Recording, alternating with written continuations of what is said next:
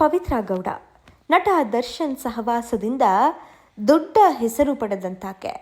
ಈಕೆ ದರ್ಶನ್ ಜೊತೆ ಒಡನಾಟವನ್ನು ಪ್ರಾರಂಭಿಸಿದಾಗಿನಿಂದ ಲೈಮ್ಲೈಟ್ಗೆ ಬಂದಾಕೆ.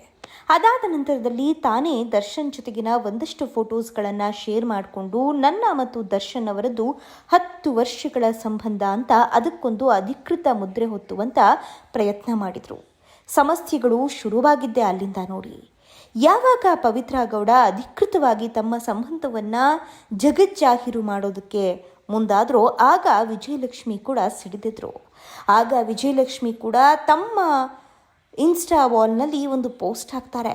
ದರ್ಶನ್ಗಿರೋದು ಒಬ್ಬಳೇ ಹೆಂಡತಿ, ಒಬ್ಬನೇ ಮಗ ಅಂತ. ಇದು ಪವಿತ್ರಳನ್ನು ಸಾಕಷ್ಟು ಹಿಂಸೆಯಾಗುವಂತೆ ಮಾಡಿತು.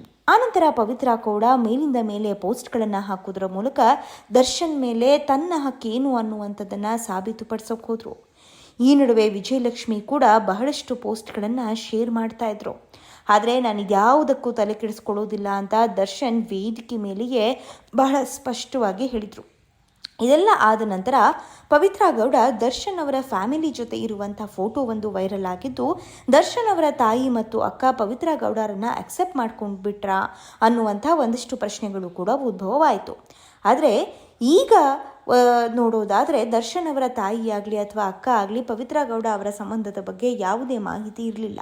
ದರ್ಶನ್ ಅವರ ಸ್ನೇಹಿತರೊಬ್ಬರು ಮನೆಗೆ ಬರ್ತಾ ಇದ್ದಾರೆ ಅನ್ನುವಂಥ ಸಂದರ್ಭದಲ್ಲಿ ಎಲ್ಲರನ್ನ ಹೇಗೆ ಟ್ರೀಟ್ ಮಾಡ್ತಾರೋ ಅದೇ ರೀತಿ ಪವಿತ್ರ ಗೌಡರನ್ನು ಕೂಡ ಟ್ರೀಟ್ ಮಾಡಿದರು.